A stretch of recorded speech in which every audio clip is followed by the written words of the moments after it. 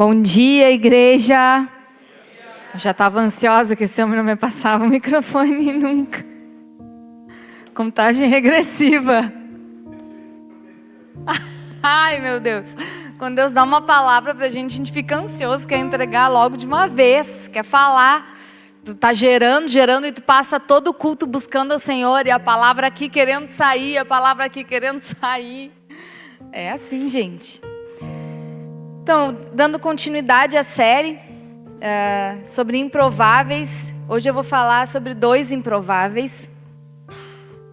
Mas não tem o nome dos improváveis ali. O pastor fica largando isca lá no grupo, que nem ele fez outra vez, né? Perguntando, e aí, será que é sobre Pedro? Será que vão falar sobre Pedro? Não, não é sobre Pedro. Eu gostaria muito de falar sobre Pedro. Pedro é top, Pedro é massa, Pedro é 10. Adoro falar sobre Pedro. Mas o Senhor colocou no meu coração nessa manhã de falar sobre João e Maria. E assim, ó, não foi proposital, gente. Não foi proposital. Essa combinação de nomes que lembra a história, né? Quando eu pensei assim, vou falar sobre João, vou falar sobre Maria. João e Maria. Eu me lembrei da história. Quem conhece a história de João e Maria? Não, de João e Maria. A história dos irmãos Grimm. O conto de fábula.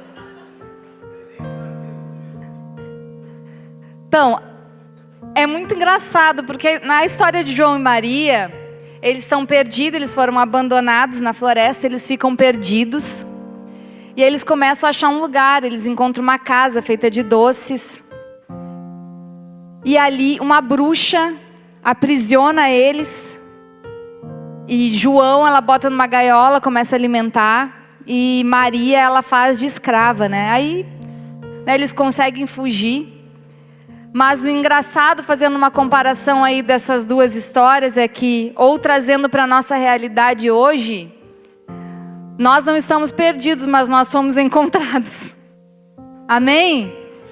E nós não buscamos uma casa de doce, mas nós buscamos a presença do Senhor, nos deleitar na presença do Senhor. E já não somos mais prisioneiros, nem feitos escravos, o Senhor nos fez livre. Amém?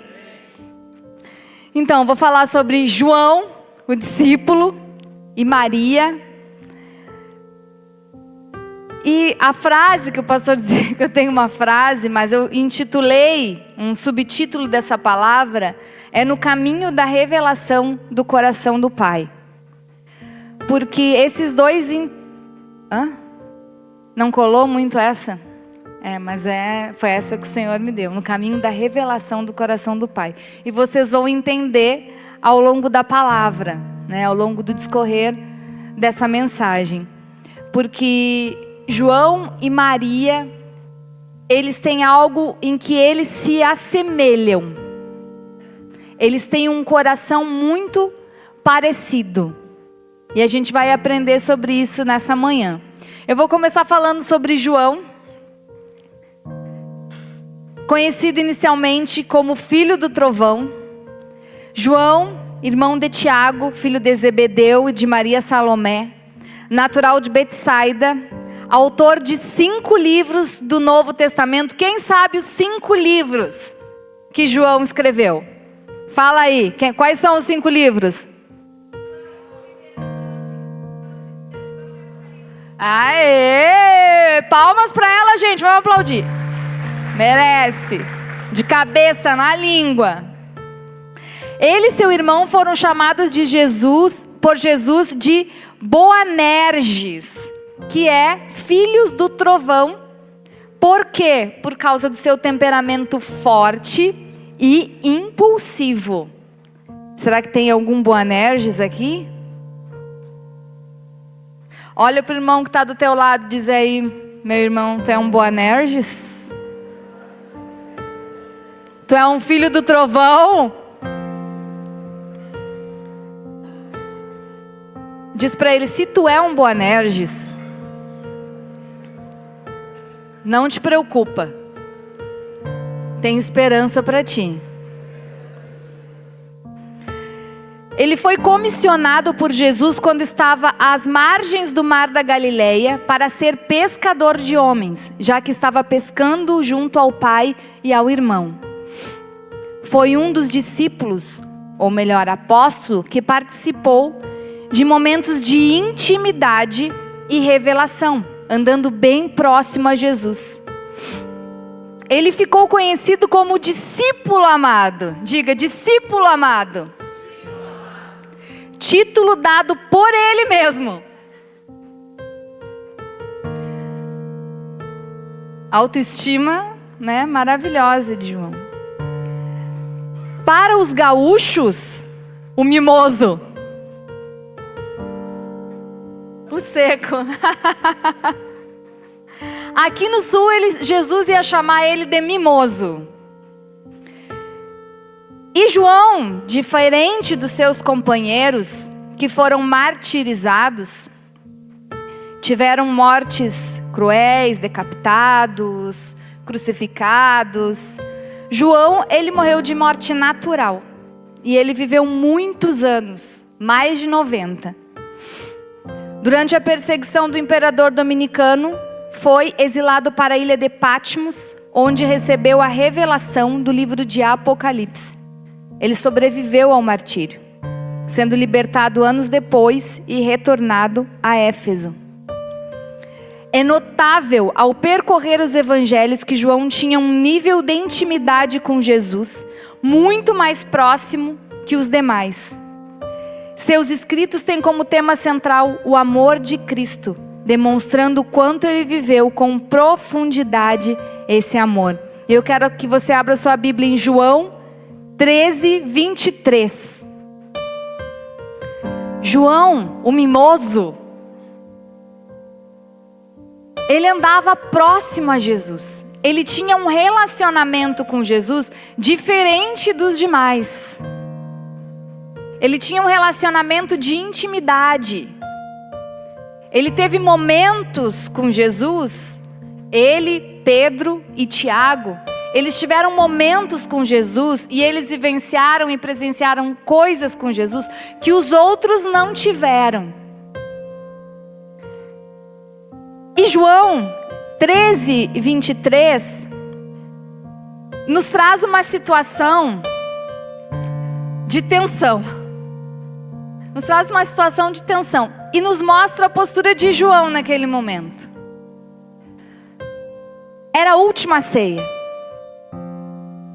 A tensão estava no ar, pairando. Jesus larga a seguinte frase: um entre vocês vai me trair. Nossa, eu fico imaginando os discípulos sentados na mesa, e quando Jesus fala isso, eu acredito que automaticamente a Bíblia fala que eles começam a se olhar e se perguntar: quem? Mas quem? Quem de nós vai trair Jesus? Quem de nós teria essa ousadia, essa petulância de trair Jesus? E eu penso que, sabe quando está tudo silêncio e alguém larga uma frase e fica... Isso acontece muito em escola, olhando a Mari ali, que a Mari, cadê a Lari? A Lari tá aí? Que escola, às vezes tu fala alguma coisa, fica aquele burburinho, né? E eu penso que nessa hora ali na mesa ficou aquele burburinho. Quem será? Tu viu alguma coisa? Tu ficou sabendo de alguma coisa? Tem alguma coisa que eu não sei? Alguma coisa aconteceu. Peraí. Eles recapitulando os últimos dias, de repente, mas tal dia, de repente, será que tal situação? Ficou aquele burburinho. Mas, enquanto muitos, ou a maioria dos discípulos se deteram em conversar uns com os outros para saber o que estava acontecendo e quem era o traidor, a postura de João foi diferente. Vamos ler ali, João 13, versículo 23. Ora, um de seus discípulos, aqui está na versão Almeida Corrigida e Fiel, que é a que traz essa expressão aqui que eu quero frisar. Aquele a quem Jesus amava estava reclinado no seio de Jesus. enquanto os outros estavam no burburinho, ouvindo e pensando e refletindo, tentando descobrir quem é, através da boca dos outros discípulos, João, ele estava recostado, ele estava inclinado no peito do mestre. Porque enquanto os outros tentavam descobrir, ele foi na fonte. E fala, então Simão Pedro, outro íntimo, fez sinal a este, para que perguntasse quem era aquele de quem ele falava. Pedro olha para João, que estava lá agarradinho em Jesus, bem pertinho, tipo, cara, interessa, eu sei, eu acho que João tinha consciência dele tão limpa, e ele ouvia porque Jesus já havia falado que ia ser traído. Só que eles não sabiam que era ali, um deles. João tinha a consciência dele tão limpa e tão despreocupado que ele disse, deixa eles, eu vou ficar aqui. E Pedro, um dos íntimos, faz sinal para João. Ei, João, pergunta para ele quem é. Sabe quando tu quer saber alguma coisa? Tu não tem coragem de perguntar para a pessoa? Já aconteceu isso com vocês? Tu tá louco para saber, mas tu não tem coragem de perguntar. Ou porque tu vai levar nos dedos, mas esse não te mete, a vida é minha. Acontece, né? Ou porque é uma situação mais constrangedora. Aí tu pede para alguém perguntar para ti. E tu vai pedir para quem perguntar? Para alguém que é mais próximo.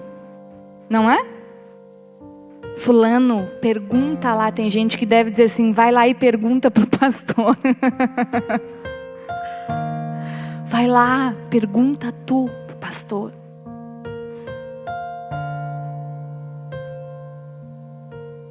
E João, inclinando-se sobre o peito de Jesus, disse, Senhor, quem é?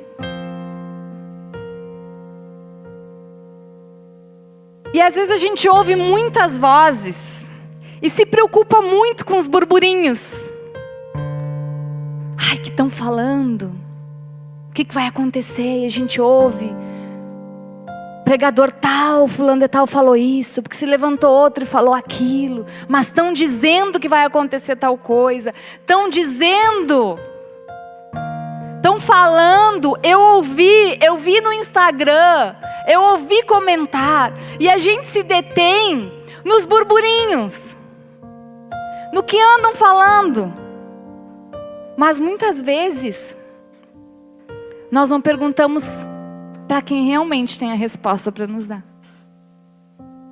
Nós não chegamos e perguntamos para Jesus, porque talvez a gente não seja íntimo.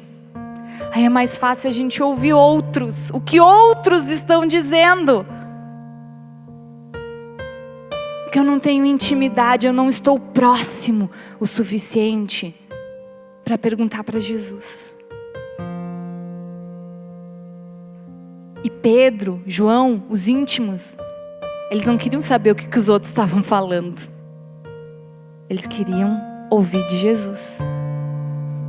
Então, os íntimos têm ousadia e liberdade para fazer perguntas e acessar respostas que outros jamais teriam.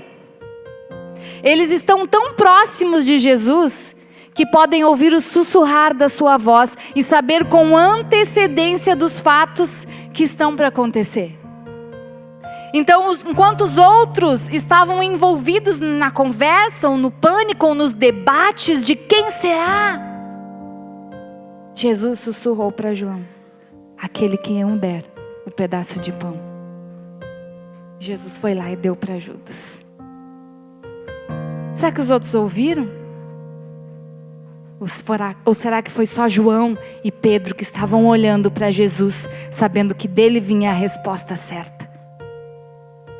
Nós estamos olhando para o que os outros vão falar? Ou nós estamos olhando para Jesus porque dele vem a resposta certa, a verdade? Em Marcos 5:35, nos traz outro fato, outro acontecimento em que João estava presente. Se você quiser pode abrir, Marcos 5:35, vamos ler. Novamente, Pedro, Tiago e João. Estando ele ainda falando, chegaram alguns do principal da sinagoga, a quem disseram: a tua filha está morta. Para que enfadais mais o mestre? E Jesus, tendo ouvido essas palavras, disse ao principal da sinagoga: não temas, crê somente. E não permitiu que alguém o seguisse, a não ser Pedro, Tiago e João.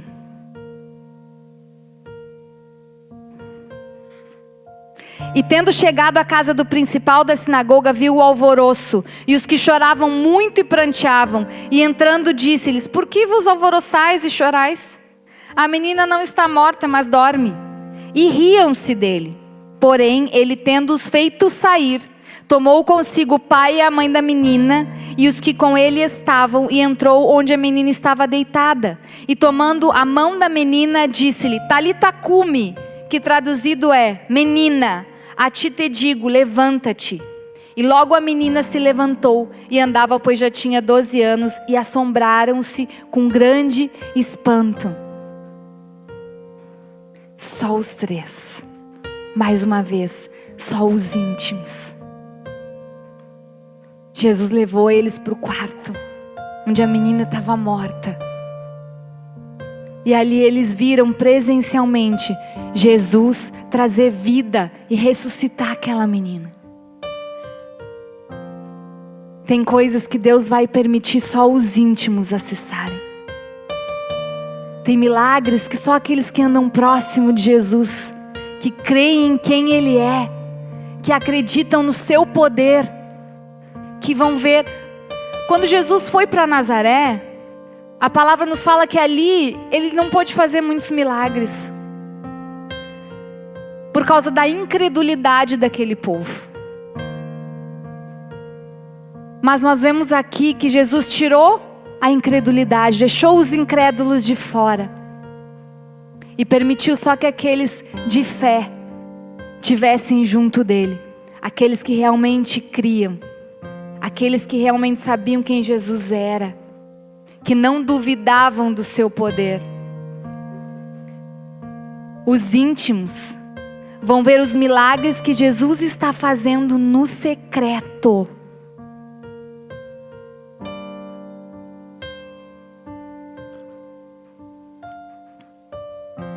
Na intimidade, no quarto. Eles vão ver o Espírito de ressurreição e vida operando na vida daqueles que estão mortos. É no quarto, é no secreto, é na intimidade do seio familiar.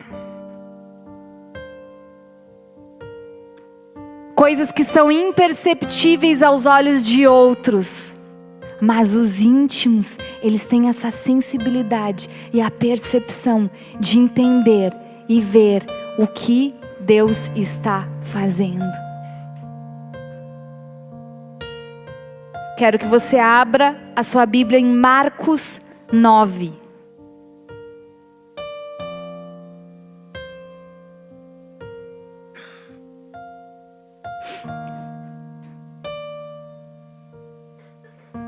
Marcos 9 nos fala sobre a transfiguração.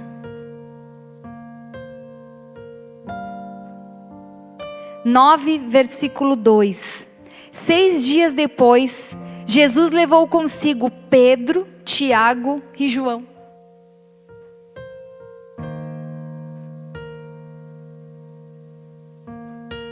Jesus está te levando com ele? Você é daqueles que está ficando. Em época de Copa, Eu poderia dizer assim: você foi chamado para ser titular ou tu está na reserva?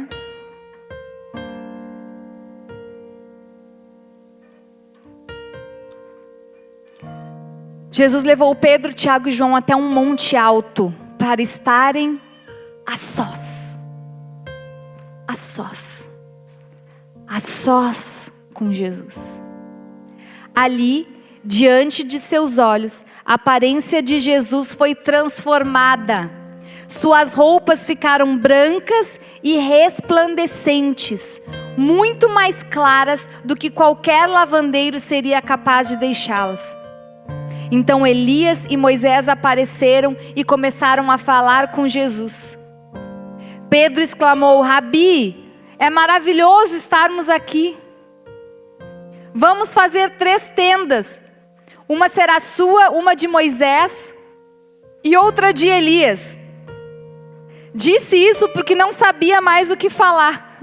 A Bíblia é tão engraçada. Ela nos traz uns detalhes que são muito ricos. Pedro disse isso porque não sabia mais o que falar. Estavam todos apavorados.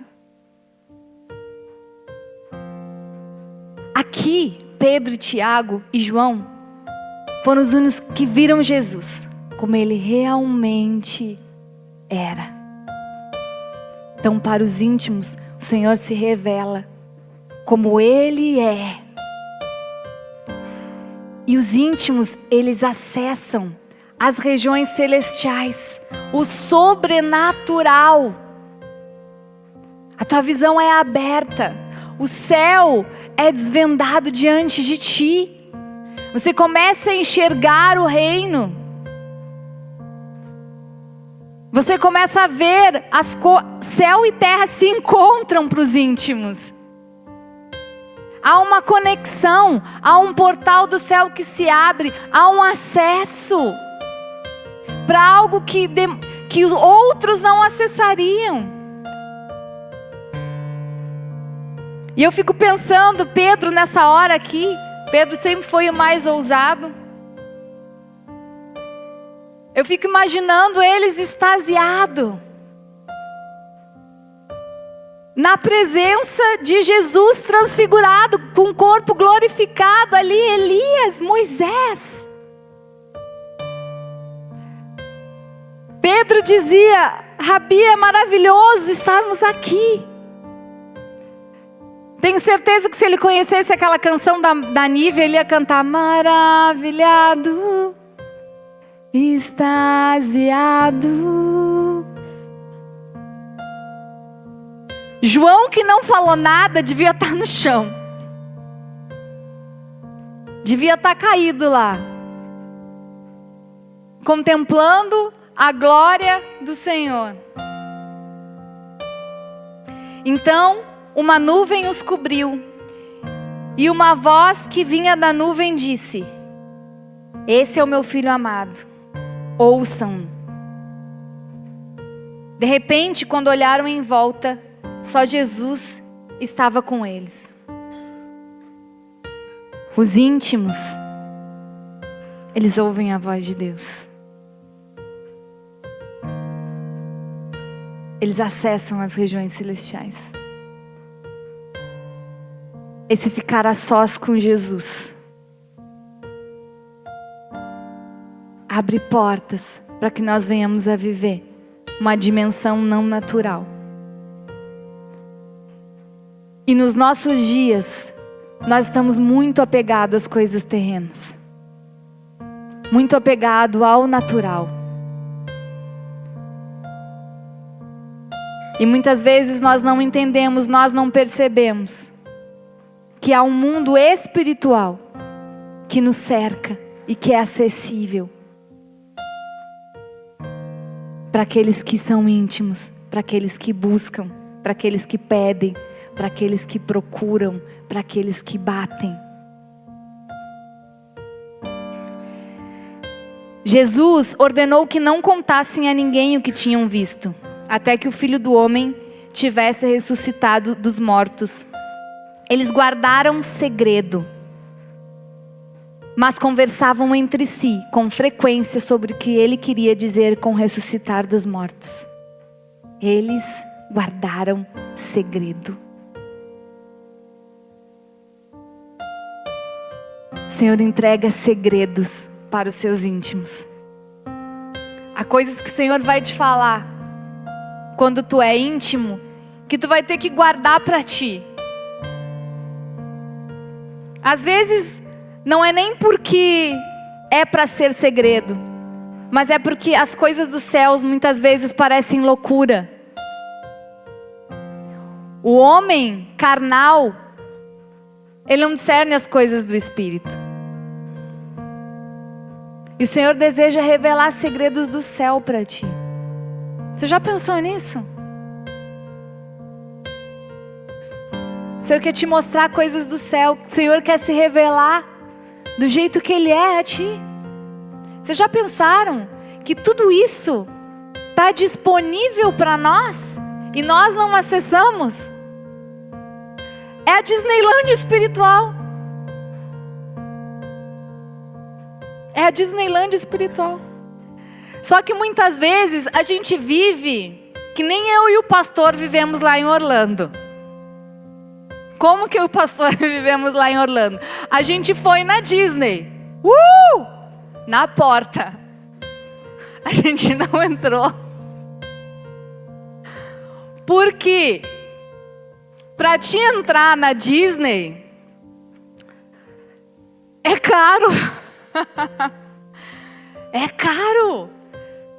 Tu tem que pagar um preço salgado, um alto preço para nós brasileiros. É um alto preço para entrar em um parque da Disney. E muitos de nós vivem assim.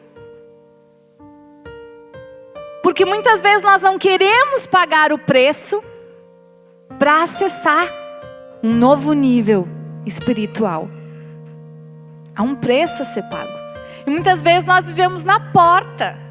E nós nos contentamos, como eu, pastor, a gente se contentou em estar lá e olhar. Nossa, que linda Disney, existe, é real. E a gente se contenta em saber que há um lugar de intimidade, que há um céu, que há coisas espirituais, mas nós nunca acessamos, nós nunca entramos, nós não sabemos, nós não tivemos experiências com Deus. Porque é um preço que a gente paga. Preço de estar a sós com Jesus. Preço de subir no mais alto monte.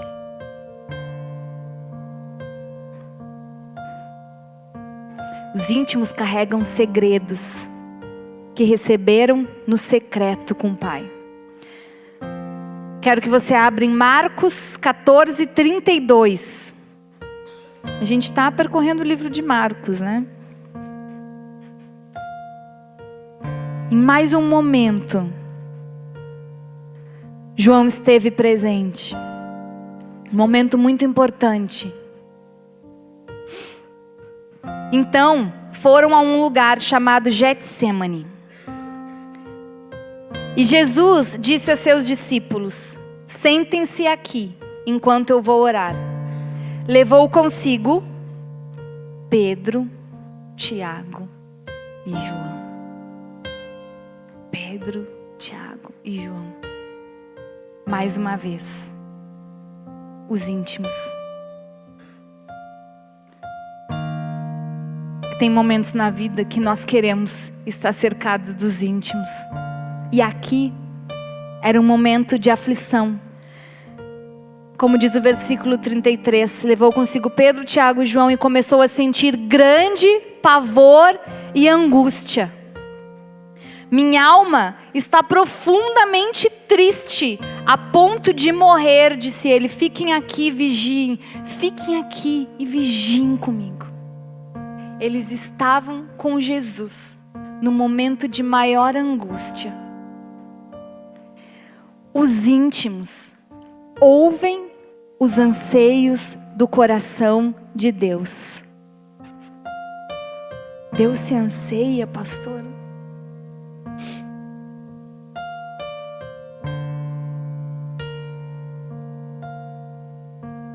O que vocês acham?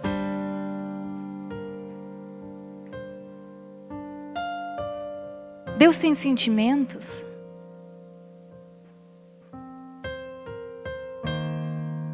Deus quer compartilhar o coração dele conosco, amém?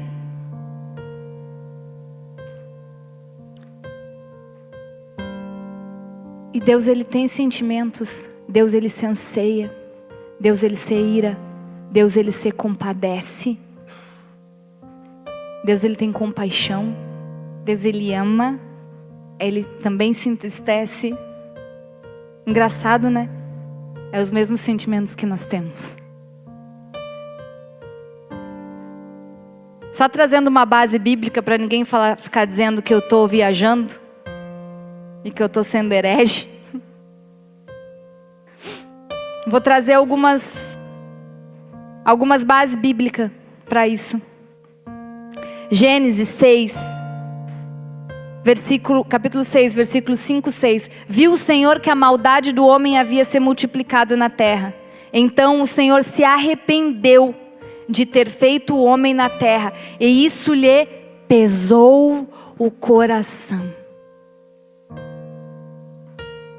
Mostra a dor e a frustração de Deus diante da corrupção da humanidade.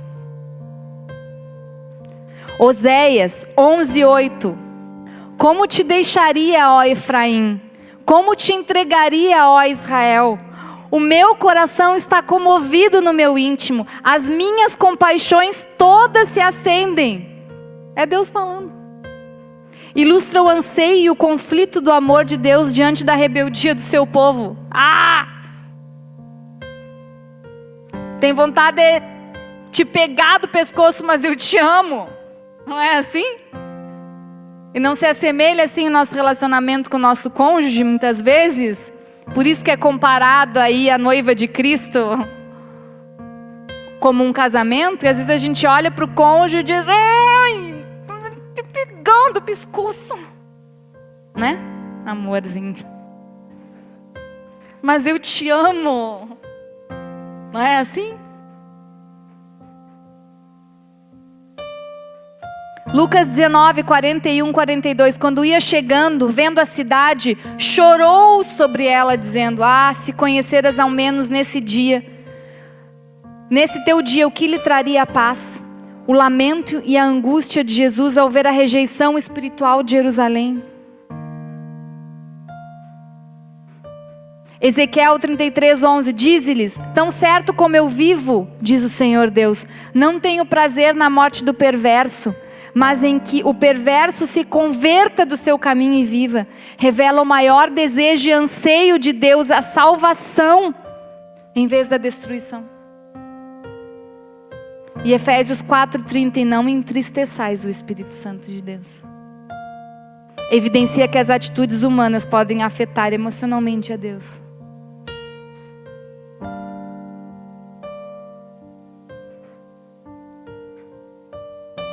Deus, ele quer compartilhar os seus anseios.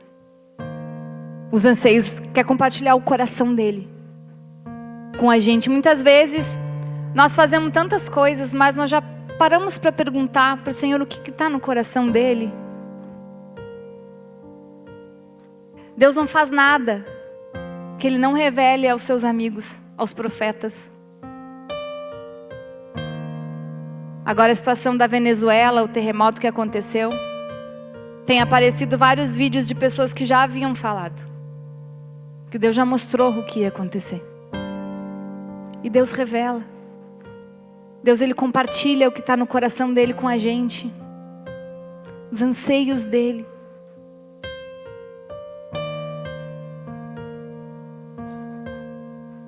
Essa semana eu tive um sonho muito doido. Eu creio que é um sonho do Senhor. É algo que não tem nada a ver com o que eu estou vivendo aqui, ou com a minha vida. Eu sonhei com a Argentina. Sonhei com um templo lá. Não um templo, né? Sonhei com um templo satânico lá na Argentina. Com uma movimentação. Teve vários jovens vestidos com roupa de satanistas e todo um contexto. E diante dessas coisas, o que a gente se pergunta? O que tem a ver a minha vida? O que é isso? Por que eu estou sonhando? Eu creio que Deus traz revelações do que está acontecendo no mundo espiritual, para que a gente possa entender e discernir as coisas que estão acontecendo, para que a gente possa orar. E o Senhor quer se revelar a ti. O Senhor quer te mostrar questões espirituais. O Senhor não quer que tu fique só nesse plano natural, na ignorância, simplesmente ouvindo dos outros ou ouvindo do noticiário o que vai acontecer. O Senhor te convida para ser íntimo dele, para ouvir as coisas da boca dele.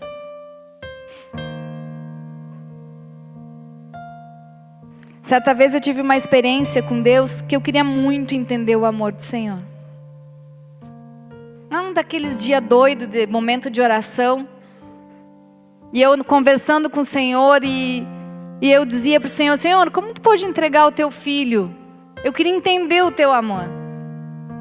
Apesar de que depois que a gente é pai e mãe, a gente passa a entender melhor o amor do Senhor. A maternidade, a paternidade, ela é um amor que chega a doer, né? Quem é pai e quem é mãe sabe. E eu queria muito entender. E eu pedi para o Senhor me dar uma experiência com Ele, da dimensão do amor dele pela humanidade, a ponto de Ele entregar o seu próprio filho. Eu disse: Senhor, como tu pode nos amar tanto assim? E Deus me deu uma experiência sensorial com relação à dor no peito, a dor no coração que o Senhor sentia em ver os seus filhos se perdendo. E eu pude sentir, eu acredito que seja uma gota, porque se Deus compartilhasse tudo que Ele sente, meu coração iria estourar e a dor não ia caber dentro do meu peito. Eu pude sentir uma gotinha, Deus me permitiu, do que Ele sente. E eu creio que Deus quer levar o seu povo a um novo nível de intimidade. Deus quer se revelar, Deus quer te dar experiências com Ele no secreto. Deus quer falar contigo. Antigamente era necessário que um sacerdote fizesse esse meio campo até Deus. Mas hoje o véu se rasgou. Jesus morreu para nos dar acesso até o Pai. E nós podemos acessar esse lugar de presença e de intimidade e ouvir a voz do Senhor. E receber revelações que nós nunca recebemos e ter acesso ao mundo espiritual como nós nunca tivemos. Abra sua Bíblia em João 19, 26.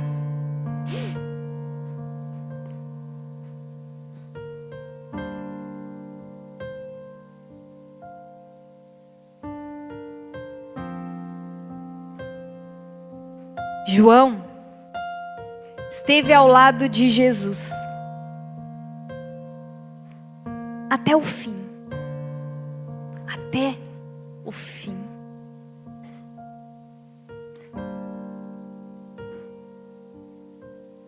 Foi o único discípulo que esteve aos pés da cruz na hora da crucificação. O único.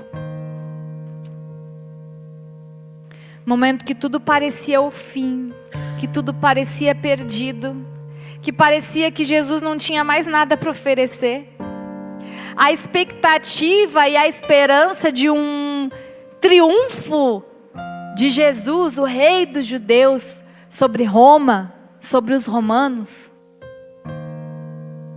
havia sido frustrada. Que era a esperança de Judas, como eu falei da outra vez. Foi a grande frustração de Judas. Então, por medo e por achar que era o fim, todos fugiram. Mas João ficou.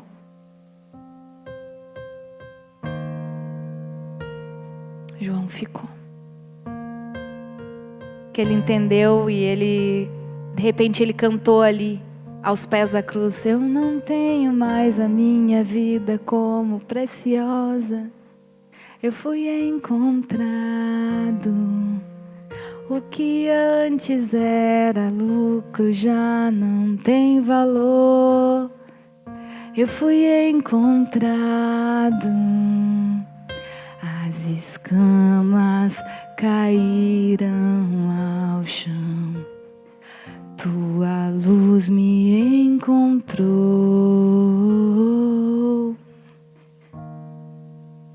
Talvez João foi o único que compreendeu em si o que Jesus falou, que ele ia morrer e ia ressuscitar. Porque a palavra fala de muitas coisas que os discípulos não entendiam. Se você começar a ler os evangelhos, vai ver que os discípulos não entendiam. Jesus falava por parábolas, depois os discípulos iam assim: o que o Senhor quis dizer? E várias vezes Jesus diz assim: vocês não entendem? Vocês não entendem? Poxa, mas eu estou falando algo que vocês não entendem. Mas vocês não entenderam ainda. Mas João, ele tinha entendido. E eu acredito que foi por ele ter tido essa revelação do céu, que ele foi o único que permaneceu aos pés da cruz, quando Jesus foi crucificado. E João 19:26 fala assim: quando Jesus viu sua mãe ali, ao lado do discípulo a quem ele amava, disse-lhe: mulher, esse é o teu filho. E ao discípulo disse: essa é sua mãe. Daquele momento em diante, o discípulo a recebeu em sua casa. Isso é tão glorioso porque aos íntimos, os que permanecem com Jesus até o fim, que jamais o abandonam, são esses que cuidam da família de Cristo aqui na terra.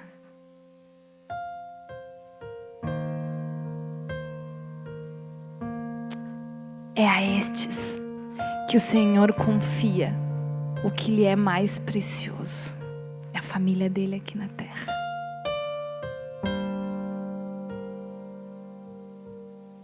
E eu não estou trazendo isso para mim e para o pastor, que somos pastores.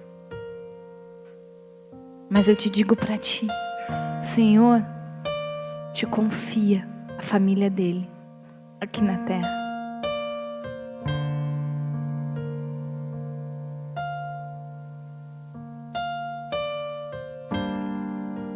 Mas só aqueles que são íntimos,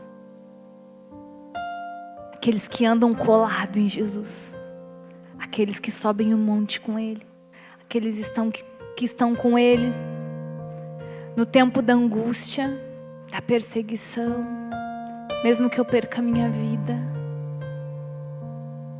eu estou do teu lado, Jesus. Não haja o que houver, não importa o que aconteça, eu continuo firme ao lado de Jesus. Ainda que eu morra, ainda que eu pereça, ainda que eu perca tudo,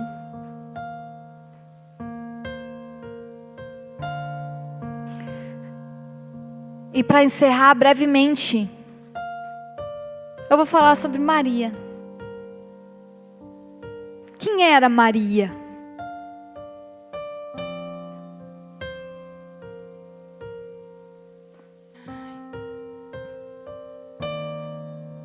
Somente uma frase veio. Maria era simplesmente uma amiga. Simplesmente uma amiga. Maria de Betânia, irmã de Lázaro e Marta. Era um lugar onde Jesus costumava ficar. Um lugar onde ele gostava de estar. Um lugar onde ele podia repousar sua cabeça. Onde ele tinha amigos que podia contar. Podia comer junto.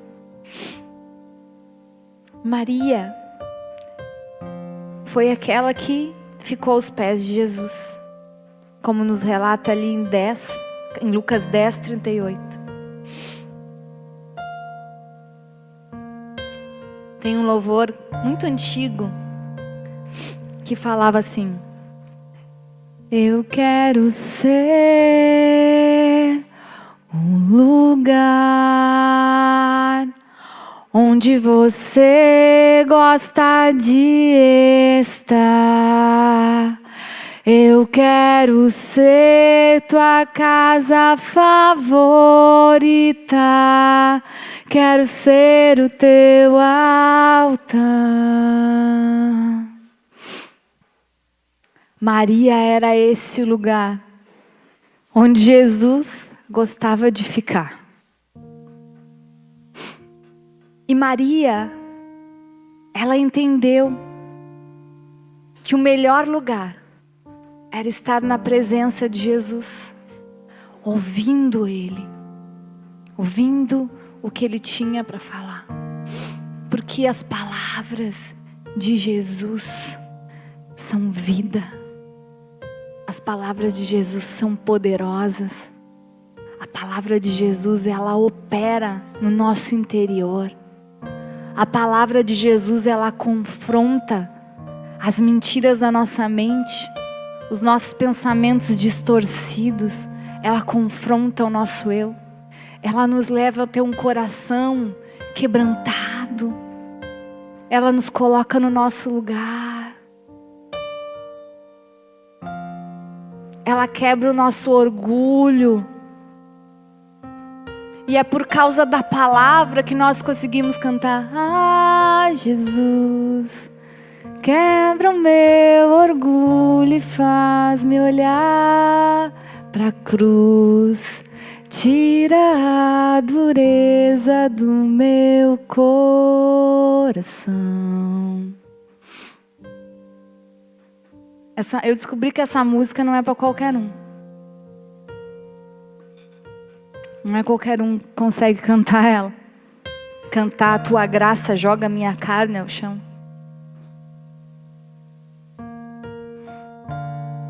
Mas essa era Maria.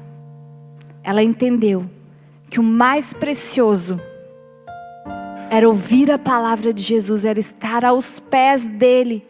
Mais importante do que qualquer outra coisa. Marta estava ansiosa pelo alimento terreno, pelo alimento natural, pelo que alimenta a carne. Nós precisamos comer. Jesus precisa comer. A mesa está posta, não vai ter comida. Mas Maria, ela estava ansiosa pelo um alimento espiritual.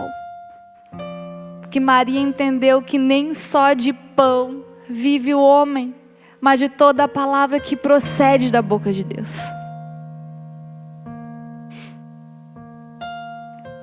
Maria nos ensina a aquietar a nossa alma e a parar para ouvir o Mestre.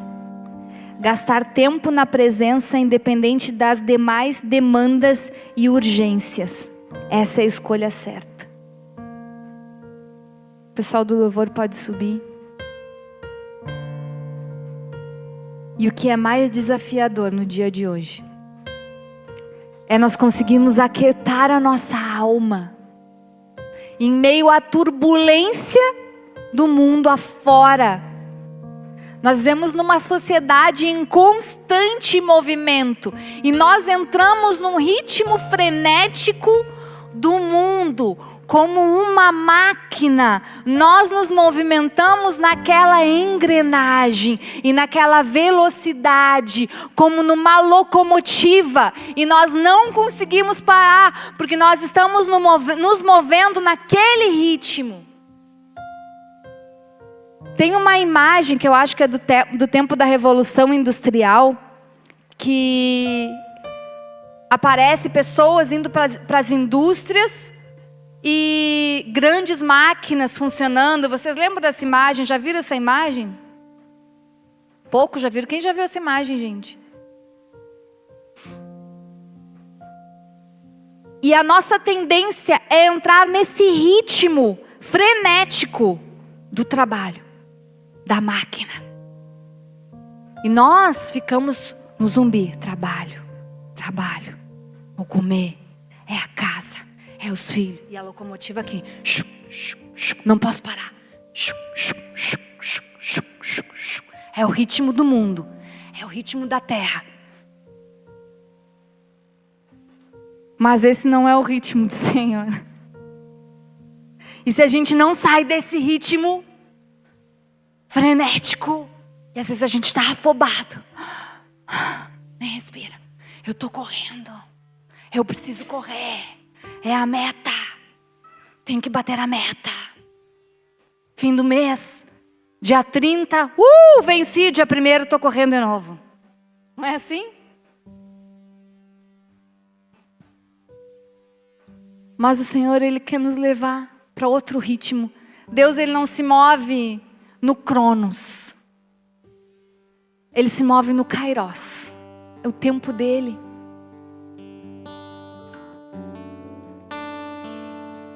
E Deus, Ele quer aquietar nossa alma, nosso coração. E muitas vezes nós vamos ter que deixar as coisas correr.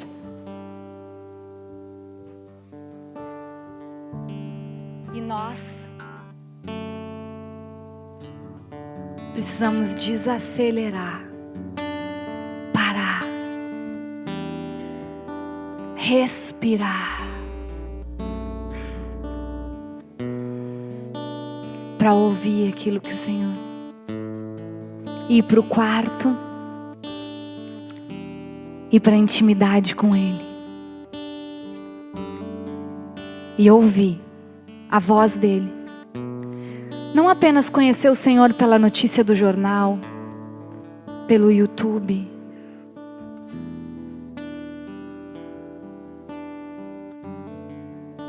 Mas descer dessa locomotiva, sentar na mesa com o Pai, sentar na mesa com o Rei. A gente fala tanto no café com Deus Pai, mas será que realmente nós tomamos um café com Deus Pai? Será que realmente a gente tem tempo para parar, para sentar? Maria nos ensinou isso. Ei, deixa isso para lá. Agora eu vou ficar sentada aqui aos pés de Jesus. Maria nos ensinou que nada mais importa. A principal coisa que Maria nos ensina é parar. Eu quero te convidar a fechar o teu olho.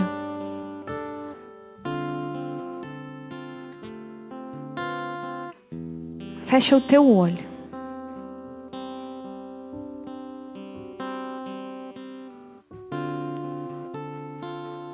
Respira. Porque às vezes tu nem respira. Tu nem respira. Respira.